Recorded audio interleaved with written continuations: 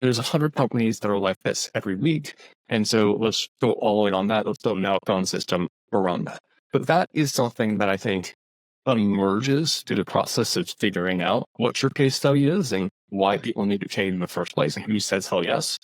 It's not something that you can like logic your way into. But I think when companies hit true product market fit a little, in their later stage, that's where that flywheel gets really, really, really going. That's when you've truly hit product market fit, though, wouldn't you say?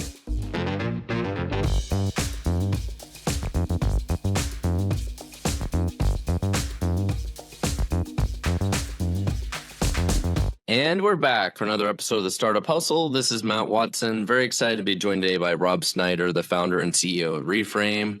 Today, we're going to talk a lot about product market fit. We're going to talk about how he spent a lot of money going to Harvard, and I think it was a waste of time compared to working in startups, and what it's really like to be an entrepreneur. So that should be a fun conversation today. I do want to remind you that today's episode is brought to you by Fullscale, which is my company. We do software development for other startups and scale-ups. We have 300 employees. Check us out at fullscale.io.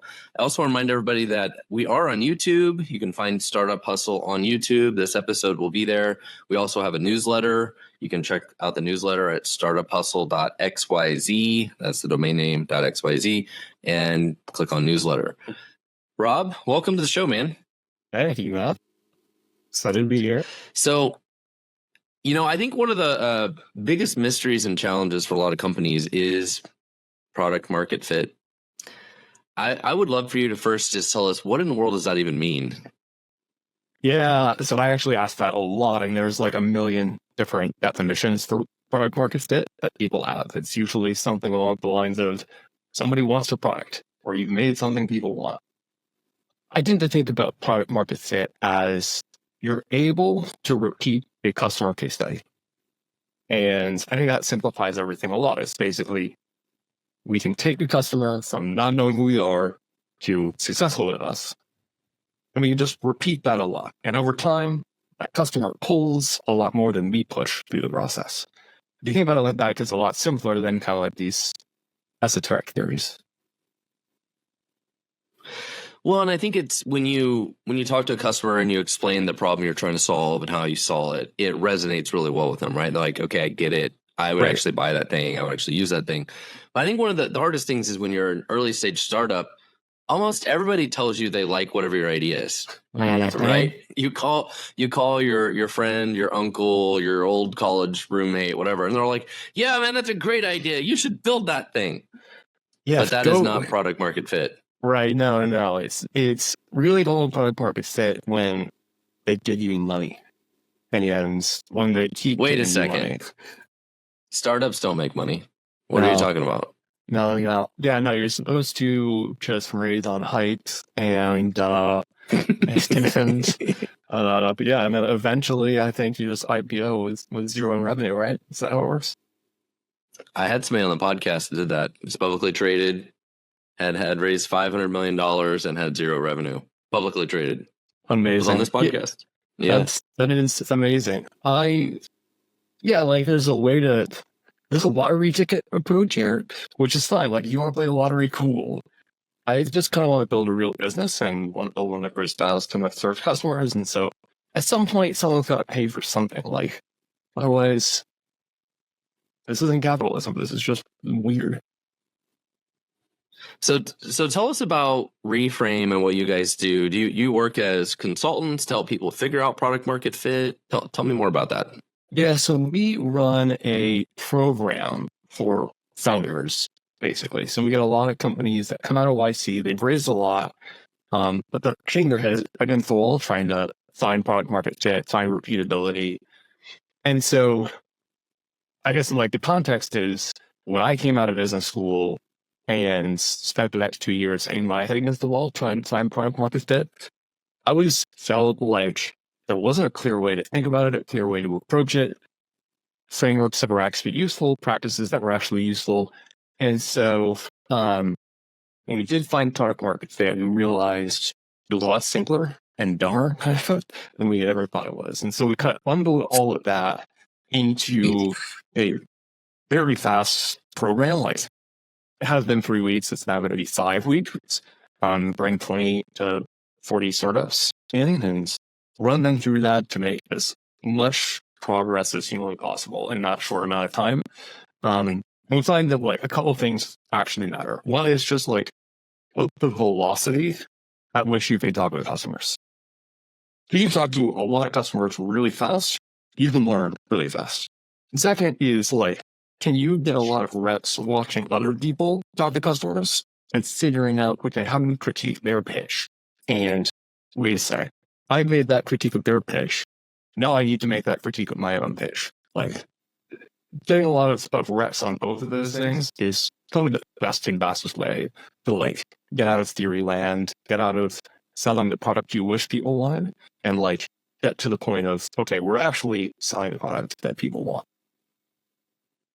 So the class that you do, is that like a virtual sort of Zoom thing that people go to like every day for an hour, or like how does that actually facilitate? So it's 5 weeks Zoom.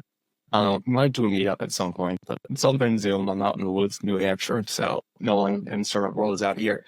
And yeah, it's a weekly thing where every week we meet 3 times for 30 to 90 minutes per time, depending on what we're doing. Okay. Like, and again, there's office hours, there's an assignment every week that is very much in line with something you actually need to do for your business. So pull together your sales pitch, and we rapid fire review sales pitches, rapid fire reviews, even sales call recordings. And so, yeah, it's just what we found like helps people make the most progress the fastest. So when you're helping people go through this, how often is the issue the product or product features, or is it usually more just who you're selling to and how you're selling it? It is almost always the latter. It is basically always. So the problem generally takes the shape of we can't even describe what we do in a way that makes sense to target customers. Yeah. So they just like they don't even have the chance to find product market fit. They speak. It's like coming on a call and speaking Hungarian, right? Like it just doesn't resonate. And so what we have to do is we have to find ways to like take what's in your mind of what your product does and translate it into a language that your customers can actually understand. And then you can iterate and figure out, okay, what are they actually trying to achieve? What I tend to see though is that when trying to do that, there are quite a few challenges that start trying to like, one is we're trying to serve multiple theoretical customer segments. And so when we try to make that translation to like what we want to sell to what they want to buy, it's just like super ambiguous. And then there's a bunch of other ones where it's like, oh, well, I want to, like, here's my vision for how the world should work. Let me try to translate that to your world. And like, no one cares. They just have stuff to do in their lives. They like have to accomplish their projects and goals for work. And so your customers like just won't understand that. They won't care. And so a lot of the challenges that we deal with are like, how do we translate from our product to like what people want to buy? Well, it's usually their problems, right? It's reframing it primarily in the problems that relate to them on a day-to-day basis. Yeah, their problems, their goals, what projects they have, just all that kind of stuff. Like starting from the point of not here's the product, but here's what you're trying to accomplish. Does this resonate with you? Like, is a lot better of a starting point than here's why we're the best in the world. Well, and how often do you run into it where entrepreneurs are just trying to do too many things or trying to serve too many different verticals or types of customers? And so they have a message that doesn't resonate with anybody because they're trying to resonate with everybody, right? Like, yes. And I've been guilty of this myself, where it's like, if I would have done this simpler thing for one persona, that one persona would have understood it every time. They would have understood the problem every time. But instead, I'm trying to sell everything to everyone, and nobody gets it. Yeah. I think even more narrow than that, even when you think of personas, I find when you think of a persona, for some reason, startups tend to just like talk like corporates. And so what I found is really effective is don't even get to the persona level. Just find one customer and resonate really, really deeply with them. And then try to repeat that with another customer that looks almost identical to them. And the persona will emerge in time. When you're going from 0 to 10 customers, so focus N equals 1, you can actually resonate with one person, versus when you talk at the persona level, it's even harder then with just one persona too. So you find this one person, let's call them the purple squirrel, Yes. that loves your product. Then how do you go find 10 more purple squirrels? Like, I feel like that's still a challenge. Totally. Yeah. None of this is easy. This all hurts. What I've found though is the way to think about this is you find one customer, get them to say hell yes before they buy, and hopefully also after they buy. And then what you do is you use that one customer story and use that as your sales process for other customers. You show that that customer story, what this is what this person was trying to accomplish. They seem like you, how are you different? And if you just center it on this customer success story, then the conversation gets a lot easier. People can disqualify if they're trying to accomplish something way different. And it says, okay, they were trying to accomplish this. With us, they accomplished this. And here's what results look like. And here was the path there. Then that customer looks to the prospective customer can look at that story and say, yeah, that's exactly what I want to accomplish, exactly how I want to accomplish it. Great. And you're set up not only to repeat the sales process, but also to repeat the success process of trying to get that successful. I thought that is thinking of it as an end-to-end customer success story that you're trying to repeat is the most effective way to go from one customer to 10 customers, and then as you repeat it, kind of debug the success story so it resonates with more and more people. And it's a lot simpler than trying to go and say, okay, here's this massive market we want to serve. In theory, here are all the problems they might have, and trying to resonate with all of them. So you're saying focus on the case study, and then in your sales approach, reference the case study. This is the problem. This is the person I helped, and the problem we helped them solve. And you're also using that as third-party proof at the same time. Totally. Yeah, it just makes everything a lot. It feels like you are sitting on the same side of the table as your prospective customer, and you're looking at the case study and saying, they're looking at it together, versus you sitting on the opposite side of the table as your prospective customer and trying to sell to them. Right? It's kind of totally different feel to the conversation. So then I think so I love this. I think it's a great idea. We just did a bunch of case studies at Full Scale, and was awesome to do the case studies and hear everybody rave about, all the things, all the stuff. So case studies are awesome. But then still with the struggle of okay, how do I find more people who are going to want our service? How do we scale past that, right? How do I find the next 10 purple squirrels? I feel like it's still part of the challenge. Totally. Yeah, you're good. There are two kinds of businesses. One where pipeline isn't the problem, which is great, and then everywhere else where pipeline is the number one problem. And so, yeah, what I see early on is that startups try to do too many difficult things to find their first 10 customers. That's based if you're trying to do cold outbound, scale cold outbound like Ramp does, or one of these big unicorn companies that's got hundreds of millions of dollars in the bank, you're not going to succeed. What I find works really well early on is warm intros to your first 10 customers, using your network, building a customer advisory boards. Basically, not trying to quote unquote scale this. All that matters when we're one customer is getting to your second customer. All that matters is 2 customers is getting to 3. And so when you think in that way, it's okay, how do I just have 5 conversations per week with target customers? Okay, I'll just send a couple LinkedIn messages per day, and that'll work. And I'll pitch it. I won't pitch the product necessarily. I'll just say, hey, I'm working on this really interesting thing. We should be open to talking.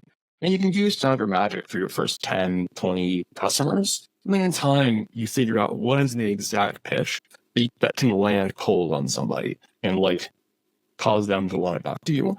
But I try not to solve that very, very difficult problem super early on. But I feel like most companies, if they're doing the things you're mentioning, so in summary, you talk about, okay, getting the messaging right, focusing on what the product should do, case studies, dealing with warm leads, doing the hard work. Like it's hard work doing this one-on-one, finding people.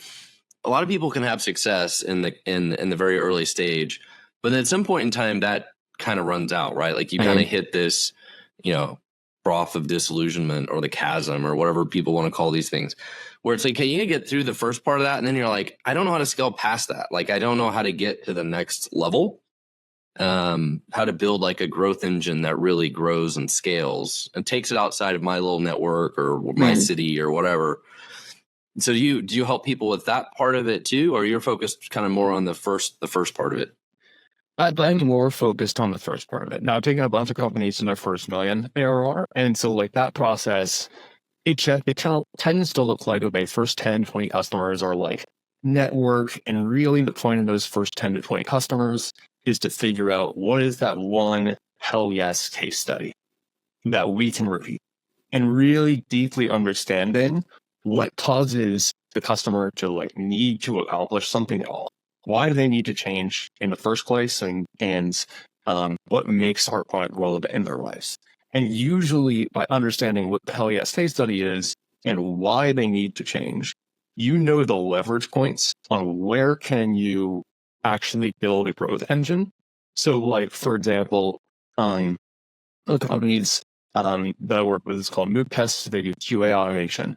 And what they realized in their first 20 customers was that there are a couple of key signals that say, okay, this company actually needs to invest in QA. Before that, they couldn't have built a growth engine because they just wouldn't have known where to intervene.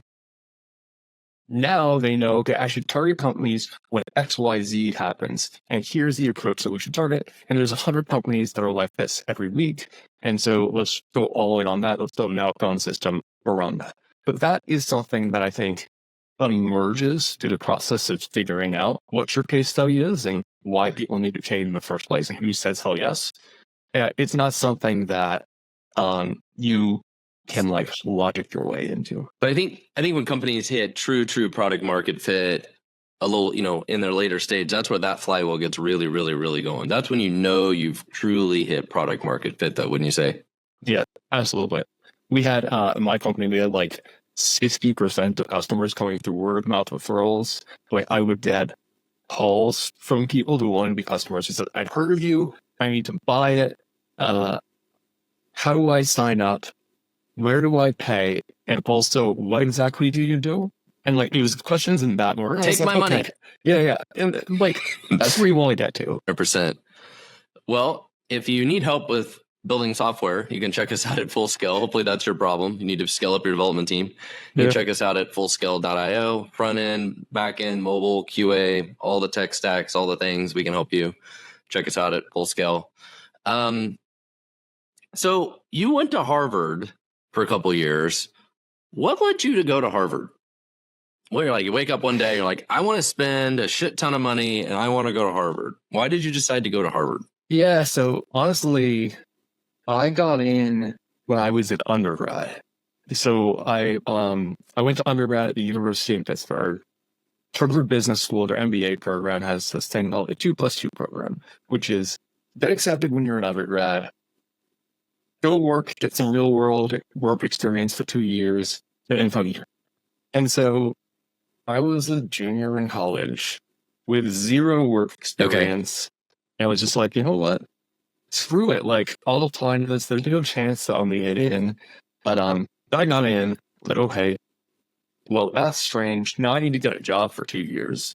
I had no idea what job I wanted to get. So I Googled, like, what jobs could people do before they go to business school? It was like, consultant. Great. And so I went and got a job at McKinsey and worked at McKinsey for 2 years. And the process there was like, okay, I don't like this. This is not for me.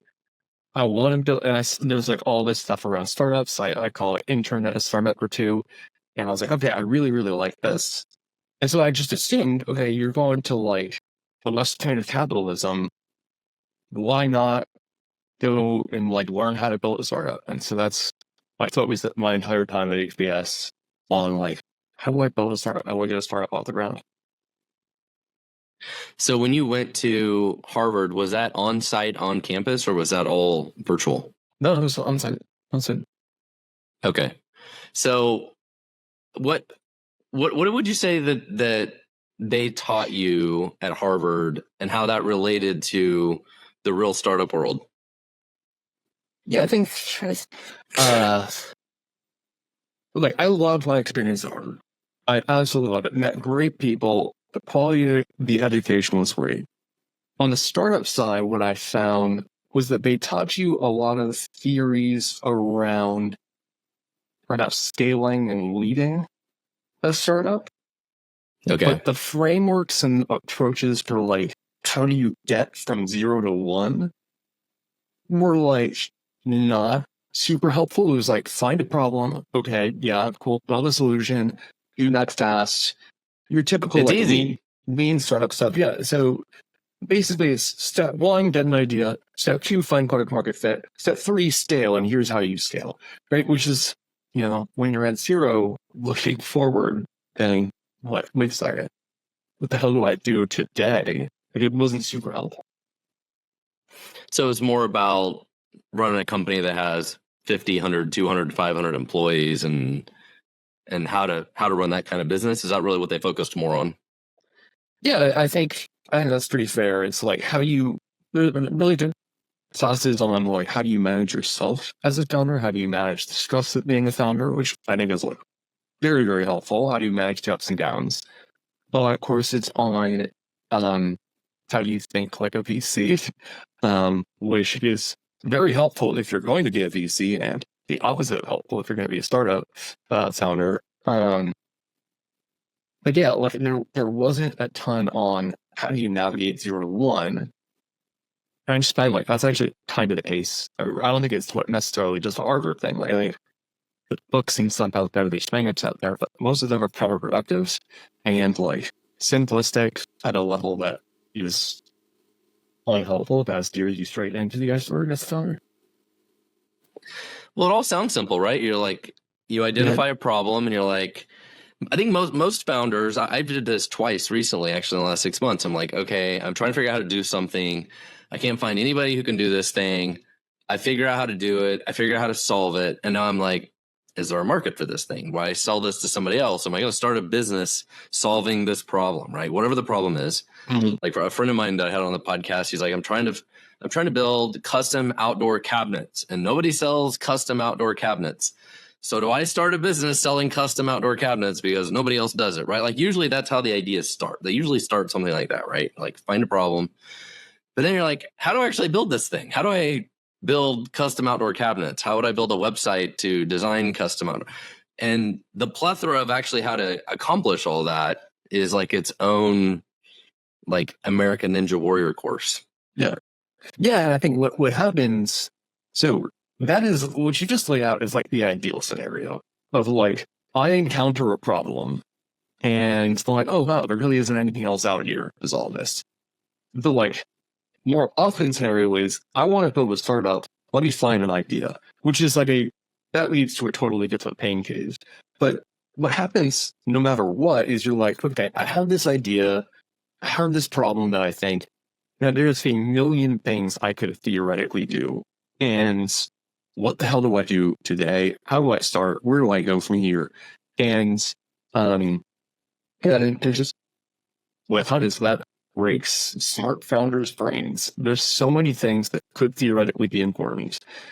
You want to validate things. You want to quickly find product market fit. You want to build a product. You don't have full conviction that there's a market there. And figuring out like where to focus is so important.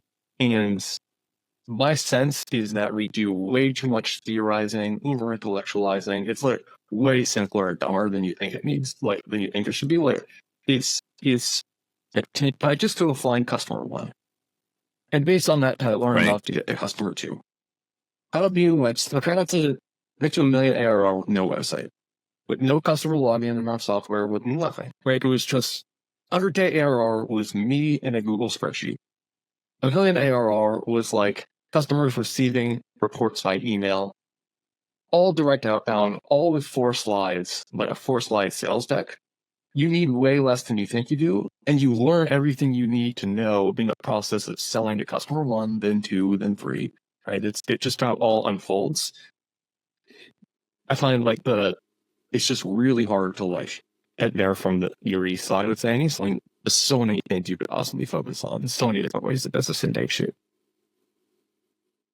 Well, it seems like in the early stage, it's either one or two problems. It's they don't know how to build a product, or they're not building the right product. They don't know how to build software, right? Or they don't have the money to build software, or they don't want to find a business partner, a tech founder or CTO, whatever, to help them build a product. So it's usually on the product side, or it's what we talked about earlier with product market fit. Like they don't know how to sell it. They don't know how to message it. They think that they need more product. They don't necessarily need more product anymore. They already built the product. They figured that part out. Good. But now they're still focused on like thinking they need more product instead of selling what they already built, because they're overcomplicating it potentially. Well, what if they need this thing? What if they need that thing? We need to add this thing, right? So it seems like everybody gets lost there somewhere. Yes. Yeah, and like every customer who doesn't buy, or every word a customer says on a sales demo, right? It's like, oh, I need to build something different. I need to build something more. And like that's almost never the case. It's almost never the case. If you actually understand what customers are trying to accomplish, you can offer them something that helps them get there. What more often happens is you show them product and a sales come out, and they don't understand it. They just throw out a bunch of random pieces of feedback, and you take that as your product roadmap, and you bring it back to them, and they still don't want it. And like that is the failure pattern that I see most often. Is we talk to customers, we show them our product, they say things to us because it would be awkward if they didn't, and they have no intention to really buy, or they say, oh yeah, it would be theoretically interesting if you did X, Y, Z. And that's just without paying. You can spend years there. What's interesting there, you say both, like you have to listen to your customer, and at the same time, don't listen to the customer.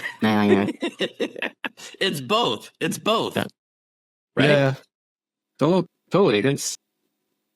Yes. And there's that old quote of like listen to the customer's problems, don't listen to what they think the solution should be. What I think of it is like all of this gets so much easier if you just put everything in the context of the customer case study or a customer success story. If you show the customer success story, everything downstream gets simpler, because if the customer says, yeah, I don't want to accomplish that, then their feedback is irrelevant. You can just stop it there. You don't build something for 6 months. But like, oh yeah, I do want to accomplish that, but the shape of what I want to accomplish is a little different.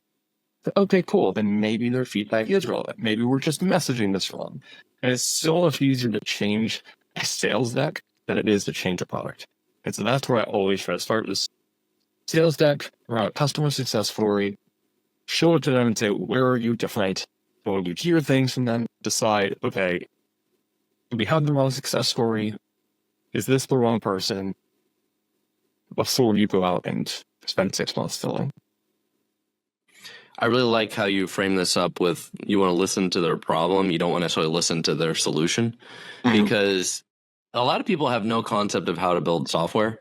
And somebody pointed this out the other day on X, formerly known as Twitter, that Elon Musk is trying to spend all this time building autonomous cars, all this stuff, and they're like, or you could just get a horse. We could just ride horses, and they work pretty well autonomously. But we overcomplicate everything to the nth degree, right? We'll spend like billions of dollars trying to replace a horse. Yes. Yeah, it's interesting, like how deep of a rabbit hole you can go down. You can go down a like decade-long rabbit hole if you have enough money to do that, building the wrong product, because for a variety of reasons, because it's what you think customers want, because it's what your vision tells you to build, because you got some random feedback from an investor. It's like, just avoid the pain caves. Just like frame everything as a customer success story, repeat that. Just try to repeat that, and you've done it. And like, there'd be just like so much better products in the world. There'd be so many fewer like knockdown entrepreneurs if we just did that. Just a lot simpler. Well, I'm glad we're having this conversation because I have a couple different startup like product ideas that we're incubating internally. And one of the things I need to do next is reach out to some other people and it's like, hey, do you also have this problem? Like, that's literally Mm. what I need to do. It's like, I have this problem. Do you have this problem? I think I figured out a way to solve it. Does this make any sense to you? And that might be my weekend. So I might be messaging you. I'm like, hey, Rob, you have this problem. Yeah. Please do. And like frame it as, hey, I was trying to do this thing, couldn't accomplish it.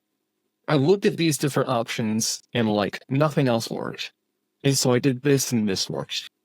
Does this resonate with you at all? I'll be able to say, oh, like that story meets me where I am. I can say, oh no, I never tried to accomplish that then. Or, oh yeah, I tried to accomplish that. And I use this other option that you weren't considering, right? And that helps you put context into the customer story so that now you can pitch better, or you can say, actually, this isn't a thing. So after you finish your degree at Harvard, did you immediately go to the corporate world, or did you go start a company, or what did you do after you Yeah, finished at Harvard? raised just over 9 that for pre-seed round 2 weeks after graduating. Okay.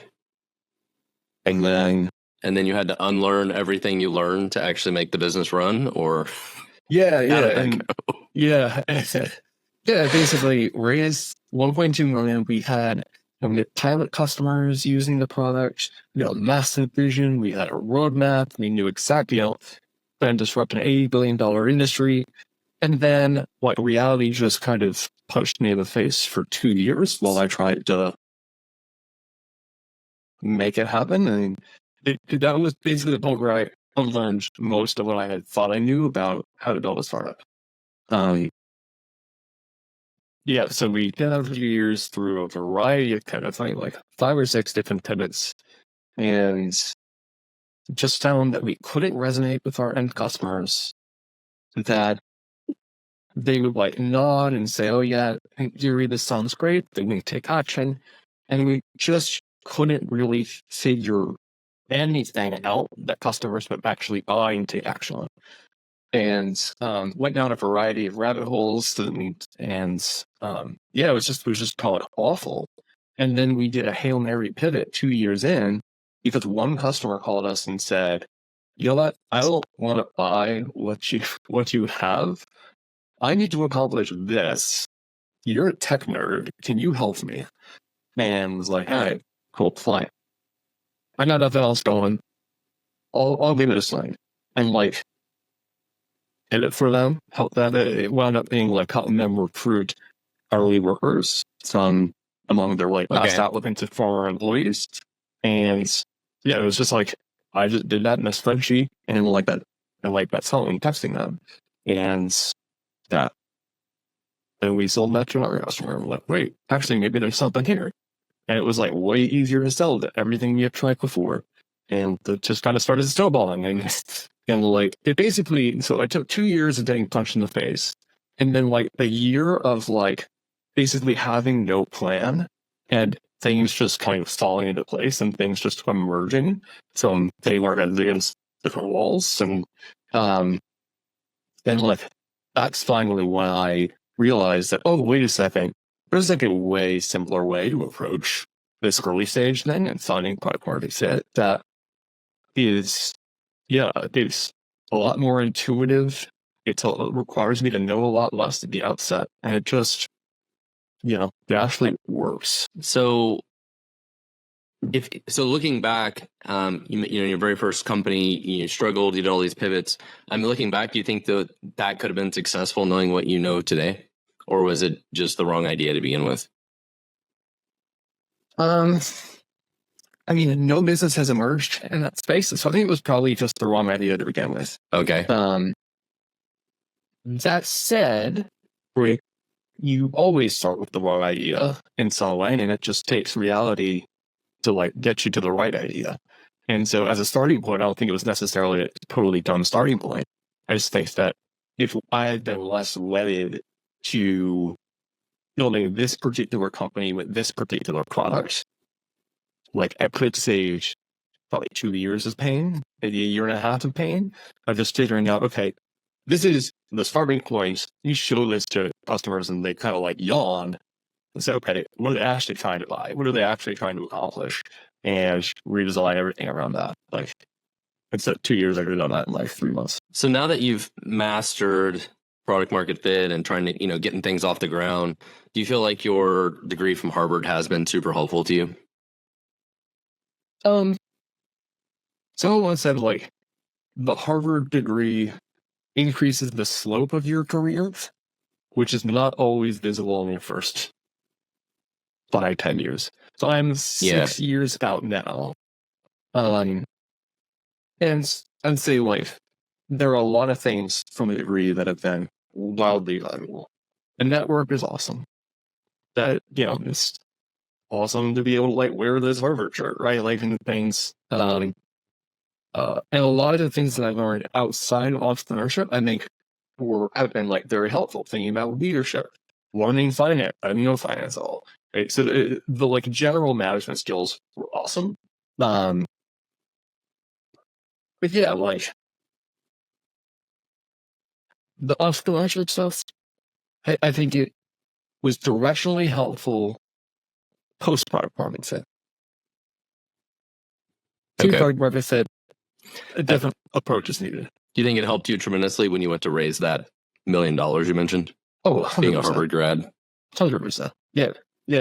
Like, absolutely. So what's next for you? What are you going to do next? Are you going to just continue to run this product market fit, kind of coaching boot camp? I'm not sure how you would describe it, but is that your focus, or what's next for you?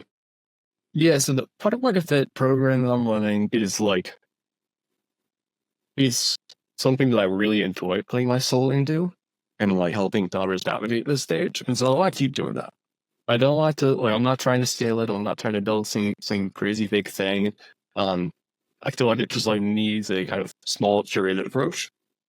And I'm going to keep launching startups. Like, I just like building new things. And so I'm working on a startup in the compliance space. And but I thought about it. I don't think I can work for anybody else. I feel like I'm officially unemployable at this stage. And so I've got to keep working for myself. You're officially an entrepreneur then.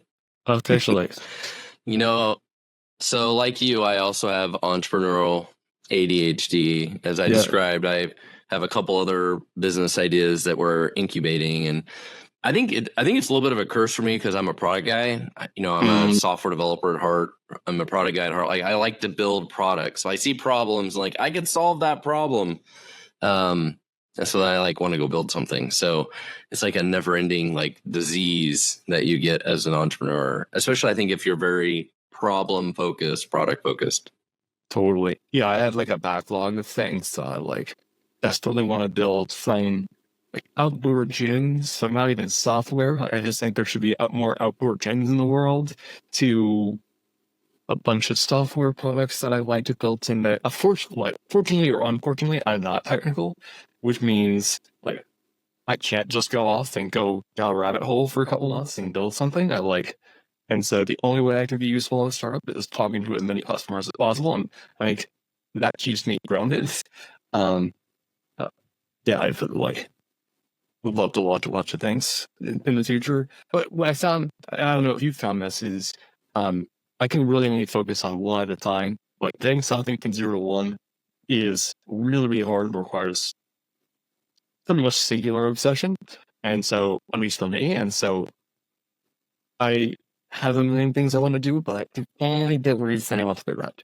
And I can only get this next product off the ground. And like, I don't think I can do like 3 at once. You have to have the right team that you can delegate stuff to and trust is the only way to do it. Yeah, that checks out. The other thing that I've really learned is it's so much easier to grow something than it is to create something. Like we've talked about, right? Getting 0 to 1 is insanely hard. And you take a company like Full Scale, for example, for us to add $1 million in annual revenue, it's hard, but it's not like a crazy lift, right? We have 300 employees, adding another 10, 20, 30 employees, whatever, adding $1 million. Like, sure, we can do that.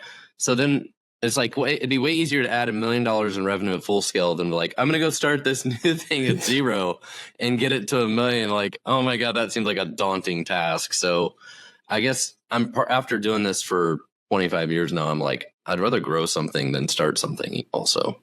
Yeah, I think it does take a special kind of stupid cool to start with something new after you've become a couple of times. Like, and I like just the worst part is when you get to one, right? Like that other people come in and they look at what you've done. They offer some just stupidly obvious ideas of how you should get from 1 to 10 that you haven't Right. considered because you've been hitting your head against the wall. And you're like, all right, it took me this long and this much pain to get from 0 to 1 that I didn't even think of these obvious things. So you just kind of feel stupid the whole way from 0 to 1. So yeah, like way better for your sanity to like go from 10 to 100 than from 0 to 1 repeatedly. But it's so much fun to build something new. The promise. So it's a disease, man. You have the disease. The promise. I know. Well, I really appreciate having you on the show today. Again, this was Rob Snyder with Reframe, which is reframeb2b.com. Check out his class and program around product market fit, which sounds extremely helpful. I think most founders, especially first-time founders, really, really struggle with this. Even after doing this a few times, I could probably use this. So anything Surprising, more you can add to that about what it costs or any of that you want to share? Or yeah, so it's a program, costs a couple $1,000 to join for a 5-week program where you get a ton of feedback, get all your calls reviewed, like all that kind of stuff. So we're trying to keep it relatively accessible. There's a limited amount of seats per cohort, it once a quarter. And yeah, you can apply. 10 wait list for the next one launches in July and launch every quarter after that. All right. Sounds super hopeful. All right. Well, thank you so much for being on the show today. Everybody that's listening, please check out our newsletter at startuphustle.xyz. Check us out on YouTube. Leave us a great 5-star review. Thank you so much. And see you on the next episode. Thank you, guys.